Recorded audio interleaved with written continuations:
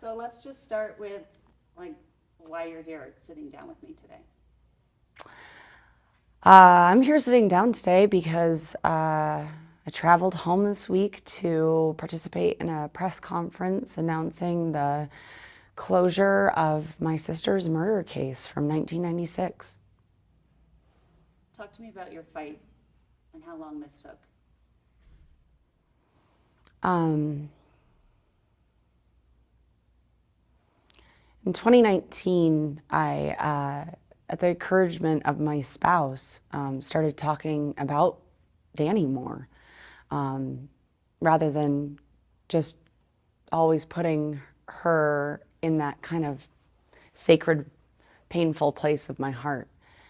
And in talking about her more, we started to have conversations about, well, why couldn't we work to solve this?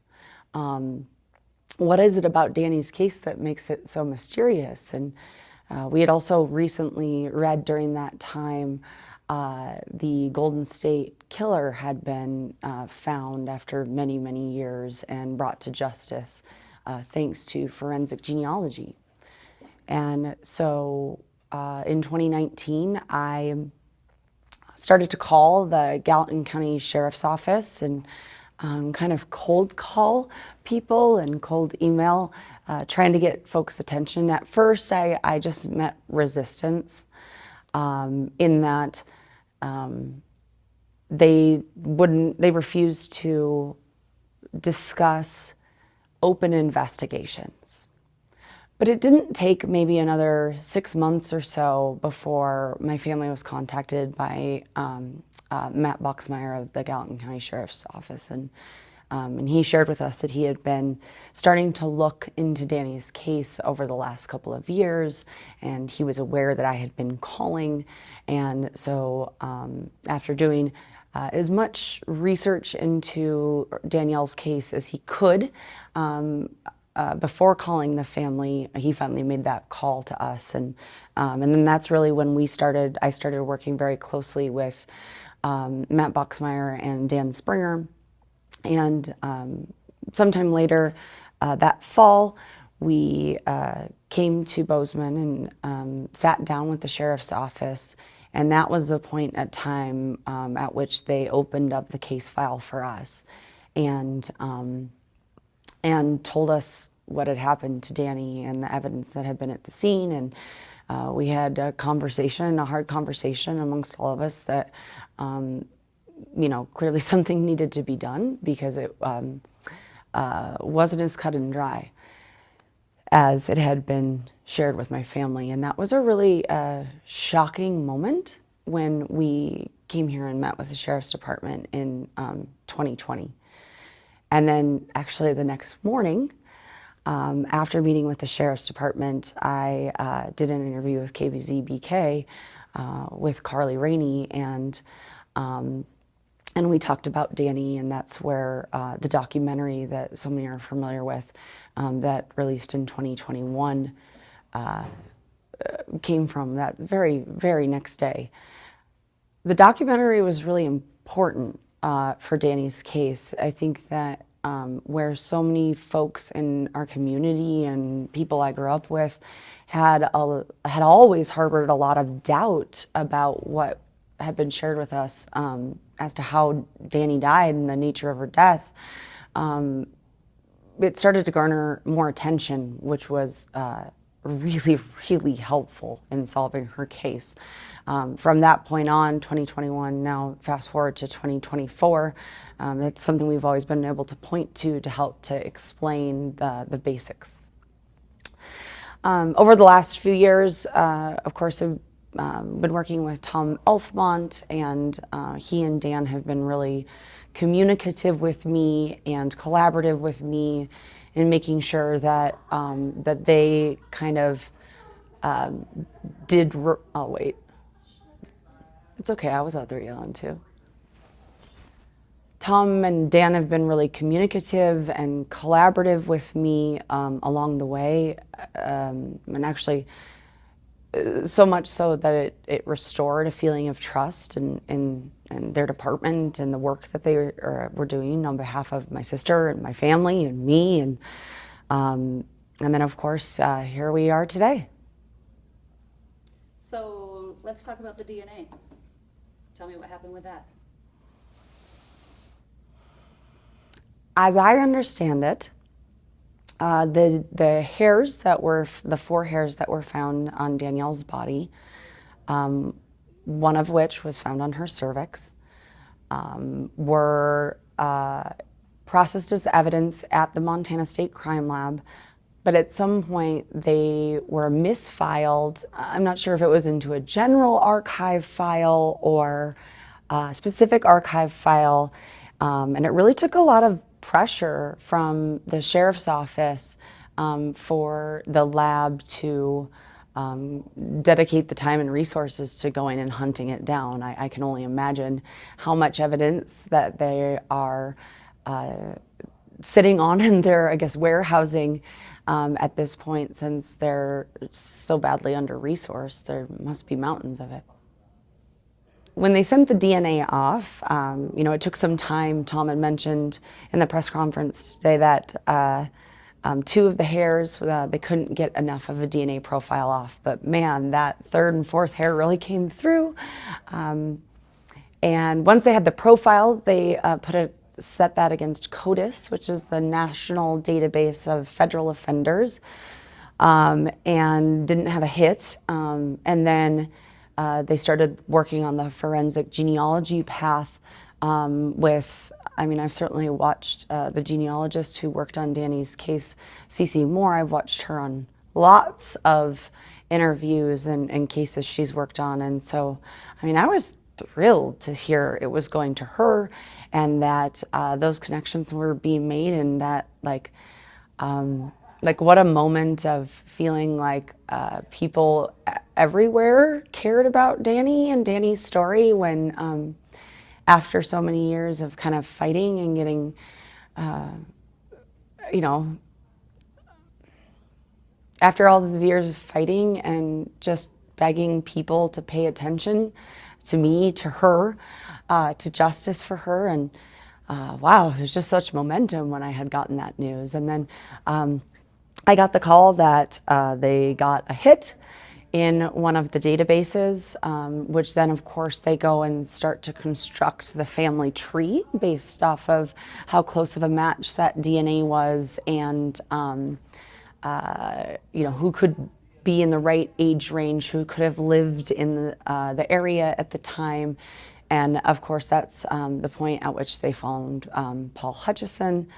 And so when that happened, Tom Elfmont brought my immediate family together and shared with us the news. But of course, folks are innocent until proven guilty in this country. And I truly believe in that. So we, you know, held the information close to our chest so that the investigation could play out and the sheriff's office could do their job for us.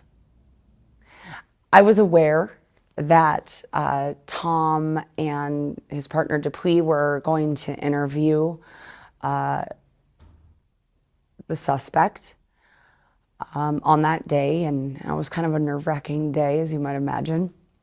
I know all of the research and strategy they had put into it going into that day and into that interview, and how they were approaching it, and I was aligned to all of that.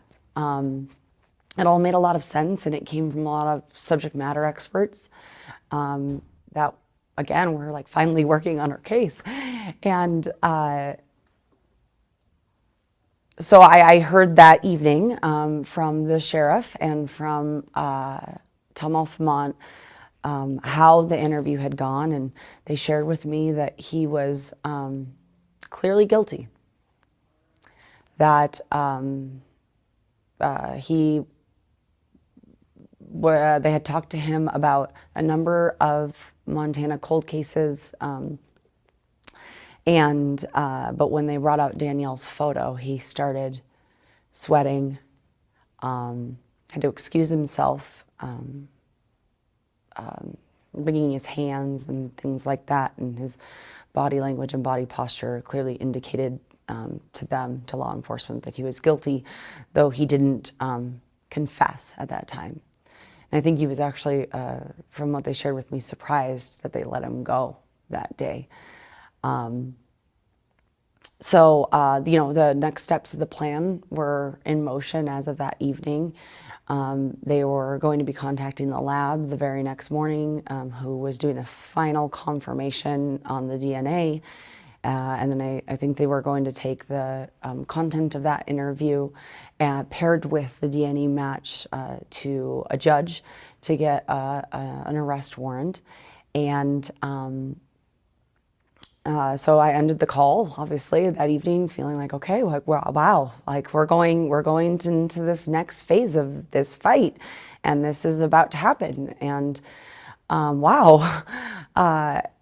And then I woke up the next morning to a text message from Tom that Danny's killer had taken his own life, and I was shocked. And I think, I don't mean to speak for them, but I think the team was surprised as well, in that I think everyone knew that was a possibility, but not likely, given the length of time and the way it was approached. And then that day was just a bit of a blur. I know the sheriff's office had a lot of activity that day in partnership with Beaverhead County Sheriff's Office. Dan Springer then was kind enough to make the phone call to my parents, and then they started, I think, doing the types of investigative work that they needed to do in his current life to understand if there was anything left behind, or any evidence, I suppose, of consequence for the case. And I'm not necessarily privy to what's happened, everything that's happened in Dillon, but I think it's a really tough situation for the Belgrade community. I think it's a tough situation for the Dillon community. I don't really want to beat around the bush on that. I certainly don't. I don't condone suicide. I think that if people are hurting, and they should get help. But I am really glad that Danny's killer is dead. If even by his own hand. This is justice for my sister, and the idea of him being out there doesn't have to haunt me anymore, and doesn't have to haunt my family. And so this is resolution. So what would you say to other families with, missing or murdered loved ones that have not been solved, who've also been waiting? Like yesterday, I was in Butte interviewing Julianne Stallman's daughter and her sister. She was murdered in Butte in '94. Huh. I wasn't aware. And it's still unsolved. Like, what would you say to those families who have been in your situation?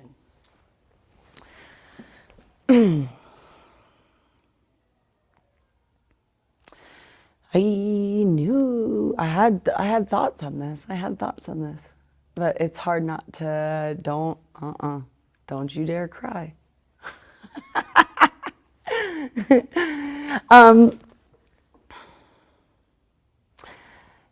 I think Danny's story is not unique. There are a lot of unsolved murders, a lot of unsolved sexual assaults, and no matter the circumstances of Danny's case, the technology for DNA has evolved in such a way, and the evolution of forensic genealogy, even just over the last 5 years that I've been working on Danny's case and pushing, has come so far that there's new hope. And so to other families who have lost their family members, don't give up. Because if you're not fighting, nobody is. Go fight for them. because they deserve answers. And I know that it hurts to go and do that, and it takes a heck of a lot of courage and to face your hurt, to go fight for justice for your family member. But I can tell you right now, it is 100% worth it. And so just keep fighting for them.